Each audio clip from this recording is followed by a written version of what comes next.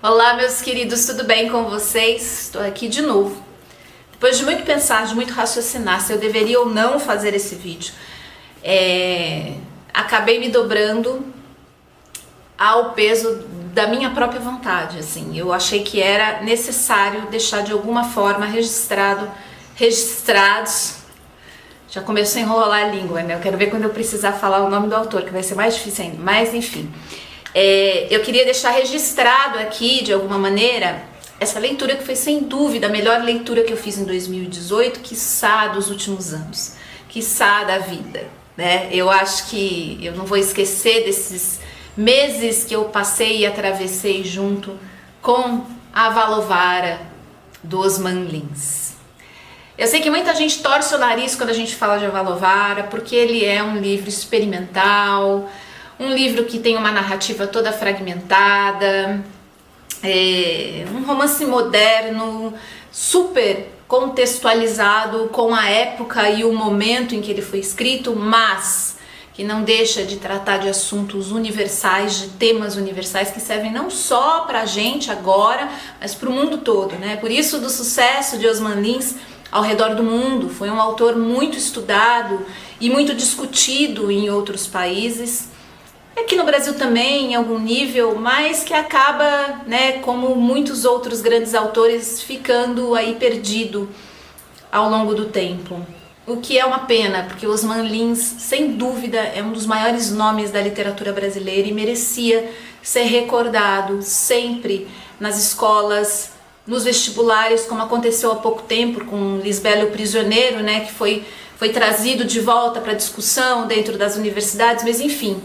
O que a gente pode falar de Osman Lins, né? Qual que é a contribuição dele como autor nacional? Acho que qualquer coisa que eu disser aqui vai ficar muito vazio, vai ficar muito bobo. Porque a gente precisa compreender através das obras dele a necessidade que o Osman Lins tinha de escrever, né? Ele dependia desse processo para conseguir de muitas formas trazer, né, a energia, o processo criativo dele, as ideias, as vontades, os sonhos dele à tona. A gente percebe isso na narrativa do Osman Lins, a necessidade que ele tinha de escrever, né? E esse tipo de escrita sempre é muito visceral, traz muito do autor e do período e das ideias dele à tona, né? Então isso acaba de muitas maneiras tocando a gente. Mesmo que a gente tenha dificuldade em atravessar essa narrativa, que realmente, eu confesso, ela é uma narrativa difícil, a gente já vai falar um pouquinho sobre isso, mas mais importante do que isso é a gente conseguir entrar nessa onda, né? nesse fluxo de intensidade, de paixão, de movimento da linguagem que serve a um princípio básico aqui na obra de Osman Lins, que eu acho que é despertar a gente para uma consciência maior o tempo todo, né? Ele tem essa busca dentro da narrativa, dentro dos textos, né? E outros textos que eu pude acompanhar, que eu pude ler também. Ele tem sempre essa necessidade de acordar o leitor para perspectivas diferentes. Existe uma coisa muito bonita no texto do Osman Lins, que eu peguei muito aqui em Avalovara, que eu senti muita força, que é a necessidade que ele tem de mostrar uma determinada situação, uma determinada cena por vários aspectos diferentes. E por isso que a gente entra na primeira característica desse livro, né, que é a polifonia, essa coisa de muitas vozes, muitas pessoas falando, muitos personagens, fluxo de pensamento entrando e atravessando o tempo todo, o que confunde muito, né, o leitor mais desatento, o leitor que está passando, né, de uma maneira rápida e urgente pelo texto. A pessoa pode sim ficar muito perdida.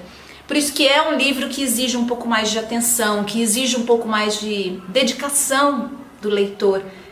Eu uso uma outra palavra aqui para mim. Eu acho que precisa de uma ritualização na hora de fazer esse processo. Eu sei que é uma palavra forte, uma palavra intensa, mas acho que tem tudo a ver com o texto do Osman e com o momento que a gente tem nesse contato, sabe? A gente precisa desse ritual com a linguagem para a gente conseguir adentrar esse universo do Osman Lins. Por isso que não é uma leitura que você vai fazer de uma hora para outra, de um jeito qualquer, em qualquer momento da vida. mas é importante a gente arriscar, ousar um pouquinho, né? E é isso que o Osman Lins traz aqui, um movimento de ousadia, de risco, né? Fazendo uma obra tão diferente, tão experimental, até mesmo para a época, onde a gente sabia que existia uma série de outros autores e de outros movimentos que trabalhavam nesse sentido também, mas até naquela época eu acho que foi algo muito inovador. Bom, a Valovar é uma história construída em cima de um símbolo, tá? Que é isso aqui, olha. Eu não sei se vocês conseguem ver com clareza aí. A gente tem um quadrado com letras aqui que depois são... essa sequência de letras é explicada pra gente o que é, tá aqui. Inclusive eu deixei uma anotação aqui do lado para eu não esquecer. E uma espiral, o quadrado e a espiral, né? São duas estruturas muito importantes dentro desse livro, porque ele vai seguir essa geometria narrativa dentro da história. Então a gente vai ter vários personagens que vão se intercalando e contando, cada um do seu jeito, a partir do seu ponto de vista, momentos da história de Abel. Abel, teoricamente, é o protagonista dessa história, mas eu vou ser sincera com vocês que eu acho que outra protagonista que não tem um nome, ela é definida por um símbolo, né? E isso também tem uma justificativa dentro da obra do Osman Lins, essa necessidade que ele tem muitas vezes de fazer os personagens perderem a identidade, né? Para encontrarem dentro do texto a existência deles de uma maneira muito solta, muito livre, enfim. Eu acho que essa simbologia que ele usa para determinar essa personagem tão especial dentro da trama acaba trazendo ela como uma segunda protagonista. Não sei, para mim ela foi muito mais importante do que o Abel, mas a história teoricamente é sobre o Abel em 4 momentos distintos da vida dele, em que ele passa por encontros amorosos. Um desses momentos não está diretamente relacionado com Abel, está relacionado com outros personagens, né? Então a gente tem aí 4 narrativas mais ou menos que acontecem ao mesmo tempo. Vez ou outra aparecem novos personagens, novos pontos de vista, novas narrativas que entram no meio, enfim. É complexo até pra gente falar da estrutura desse livro, porque ela se desconstrói o tempo todo. Então, ao mesmo tempo que ele começa a entrar num movimento um pouquinho mais lógico pra gente, acaba acontecendo uma desconstrução. Isso faz parte do livro, faz parte dessa história do quadrado, da espiral. Eu vou dar um conselho muito pessoal, que foi o que eu fiz. Não sei se vai servir pra todo mundo, tá tudo bem também se outras pessoas tiverem outra ideia. Mas eu abandonei um pouco essa necessidade de entender para onde o autor estava levando a gente. Me joguei dentro de cada um dos textos, que são pequenos, né, de cada capítulo, vamos dizer assim, que são pequenos textos, que são realmente cheios de vida por si só. Independente de terem coerência com o que vai acontecendo, e vai ganhando uma coerência, vai gerando uma clareza, o próprio texto vai gerando essa clareza pra gente ao longo do desenrolar dele. E lá depois na metade a gente já começa a entender qual que é o processo maior que o autor está sugerindo. Nós começamos a perceber camadas muito profundas que tratam de temas muito fortes e proibitivos para a época, né?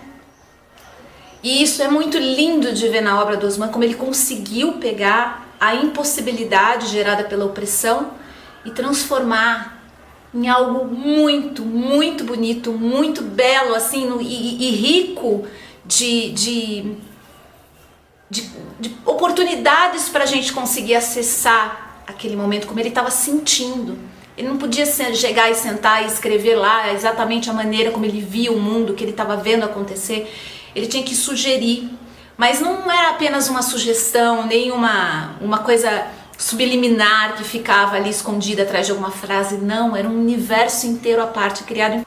Inclusive ele precisou se explicar a respeito, né, do iólipo, que é uma condição física que ele cria no meio da história, uma coisa aparentemente meio distópica assim, mas que tem todo sentido ali dentro. E ele teve que explicar que aquilo não existia, que aquilo foi uma criação dele dentro do livro, enfim. Existem muitas passagens dentro desse livro que são muito, muito tocantes, né? Acho que dá para perceber até pela maneira como eu falo, como foi uma viagem importante para mim atravessar esse universo da linguagem do Osman Lins, que é riquíssimo, riquíssimo em portas que vão se abrindo, em caminhos novos que surgem. É o exercício da linguagem, gente, da maneira mais ousada, arriscada, mas ao mesmo tempo criativa e muito, muito lúdica, muito especial. Tem uma cena em que, inclusive fiz várias anotações sobre essa cena, mas é um momento em que Abel, junto com uma das suas amantes, né, uma das suas mulheres amadas, eles estão em cima de um tapete, né? Eles estão ali namorando ali em cima daquele tapete. Aquele tapete tem como se fosse imagens de animais, né?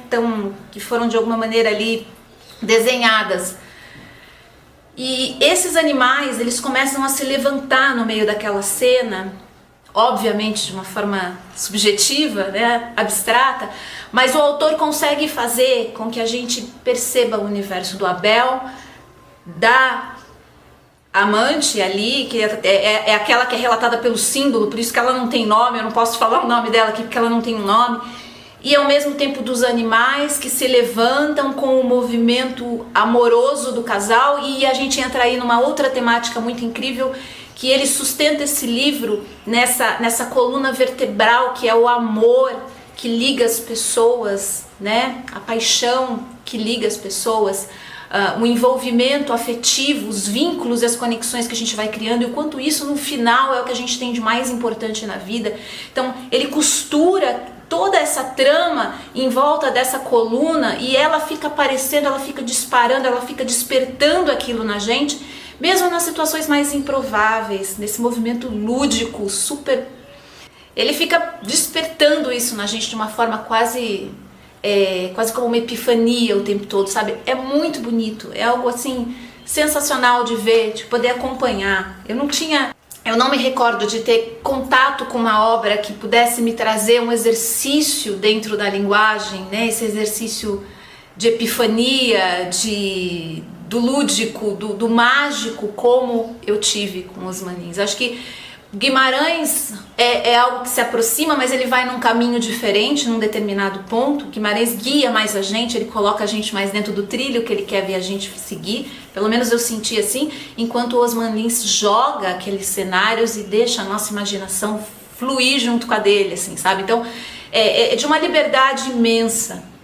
Aliás, ele toca em temas, ele aborda assuntos muito, muito à frente do tempo. Bom, dá para perceber que foi uma obra que me tocou profundamente, né? É difícil a gente falar desses livros porque eles acabam fazendo parte da minha história, então é difícil eu conseguir colocar para você aqui algo que não seja partilhado com isso, né?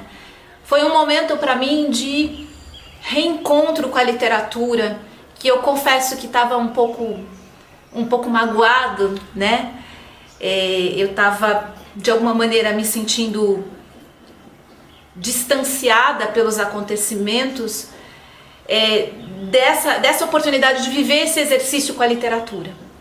Acho que eu tinha ultrapassado algumas fronteiras que eu não deveria ter ido, mas o Osman colocou dentro dessa obra ali para mim, claro que de uma maneira super inconsciente, eu que aproveitei o movimento para fazer isso, esse reencontro com a paixão pela linguagem, pelo exercício da linguagem e tudo aquilo que a linguagem pode trazer para dentro da nossa vida em termos de perspectiva, de expansão de consciência, de abertura de pensamento, sabe? Isso é a obra do Osman. Isso eu acredito ser também um dos potenciais maiores que as histórias, que as narrativas, que os livros dele trazem, esse despertar para essa capacidade maior da gente enxergar o mundo sob vários aspectos, né? Ele fala muito dentro de Avalovar, assim como eu sei de outras obras dele, sobre a questão de escrever, né? Sobre por que ele escreve, por que ele insiste nesse movimento, principalmente dentro da época onde ele está, que é muito difícil fazer esse processo com liberdade, né? E eu separei um trechinho aqui para adiantar um pouco, até para vocês conhecerem um pouquinho da linguagem dele, que é muito simples, tá, gente? Não tem nada de muito complexo. E como eu disse, cada pequeno capítulo desse livro já é por si só um presente para o leitor. tá? Solta um pouco as ideias de que precisa encontrar algum sentido, entender o que está acontecendo. Eu sei que dá uma aflição muitas vezes a gente seguir numa narrativa meio no escuro, assim, como se a gente tivesse vendado, mas existe um prazer nisso também, né? A gente não pode esquecer disso. E é nisso que eu acho que ele confiava, que a gente ia encontrar o prazer em descobrindo essa história e costurando essa trama junto com ele, né? Avesso à indiferença, da qual desconfio, e fazendo da minha incompatibilidade com os tempos que passam uma espécie de justificativa para o exercício continuado, e posso dizer, desesperado, deste ato suspeito e pouco oficial de escrever, continuo ordenando meus artefatos de letras. Procuro entrever e nomear um fragmento do que jaz sepultado sob as aparências. E é isso mesmo que ele faz, eu acho que o tempo todo, incansavelmente, de uma maneira quase violenta, sabe? Ele fica tentando buscar aquilo que estão tentando matar, que estão tentando sufocar, que estão tentando oprimir, sabe? Aquilo que de muitas formas a sociedade, o sistema, as nossas próprias resistências e bloqueios ficam tentando jogar para debaixo do tapete, né? Usando aí já também essa metáfora do tapete que ele usa muito, essa necessidade nossa muitas vezes de opressão. Usando disso, ele tira aquilo que está enterrado, ele arranca, ele mostra pra gente aquilo que está escondido dentro de cada cena, de cada vivência. E existem passagens belíssimas ao longo desse livro, onde ele chega a ápices da descrição que eu não consigo nem relatar aqui de uma maneira muito clara. Eu acho que é uma experiência que a gente acaba vivendo junto com os Manlins, né? É um livro profundo, é um livro que vai exigir um pouco mais do leitor, mas ele é um livro super importante, principalmente para a gente perceber o quanto existe por debaixo, em muitas camadas lá, ainda para os nossos autores irem lá e tirarem aquilo, né? Colocarem aquilo para a gente ver de alguma maneira.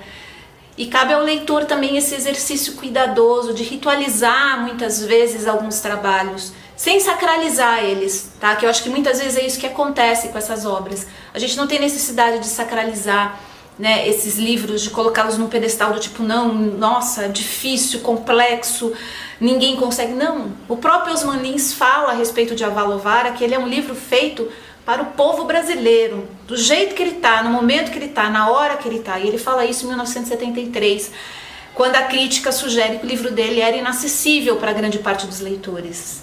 Não é. Ele é um desafio que a gente tem que correr durante um certo tempo, um pouco no escuro. Mas é uma aventura também, uma aventura da linguagem, né? Que, sem dúvida nenhuma, para mim, pelo menos, renasce depois dessa obra como uma das artes mais sublimes humanas. É isso. Nossa, eu tô profunda demais, cara. Eu vou precisar, acho que, tomar alguma coisa depois. Bom, é isso. Eu precisava falar sobre a Avalovara, eu vim aqui falar sobre esse livro. Eu não sei se esse vídeo vai fazer muito sentido, porque o livro também não tem essa pretensão, que dirá eu, né? Mas se você sentiu vontade, procure em sebo, que tem muitas edições baratinhas do Avalovara, não precisa investir muito dinheiro. Compra no sebo, vai experimentando, deve ter PDF também dos primeiros capítulos liberados aí desse livro em algum lugar. Vai experimentando o texto e vai se acostumando com ele. De repente você percebe que, é o momento de ler Avalovara. Aí você vai e compra uma edição bonitona, né, faz esse investimento e faz como eu aqui. Olha, a minha edição, ela tem tantas marcações, gente, ela ficou com tantas marcações, que as marcações por si só valem uma outra leitura. É uma outra leitura do texto. Mas olha, muito carinho, muito amor por essa obra. Quero ler tudo do Osman, quero ter tempo de vida, tempo livre para poder ler tudo do Osman Lins. Ele vale a pena, muito, muito mesmo. É isso, galera, obrigada pela chance de estar aqui falando com vocês de novo e até o próximo vídeo, onde eu falo sobre os livros que eu li. Tchau, galera, até mais.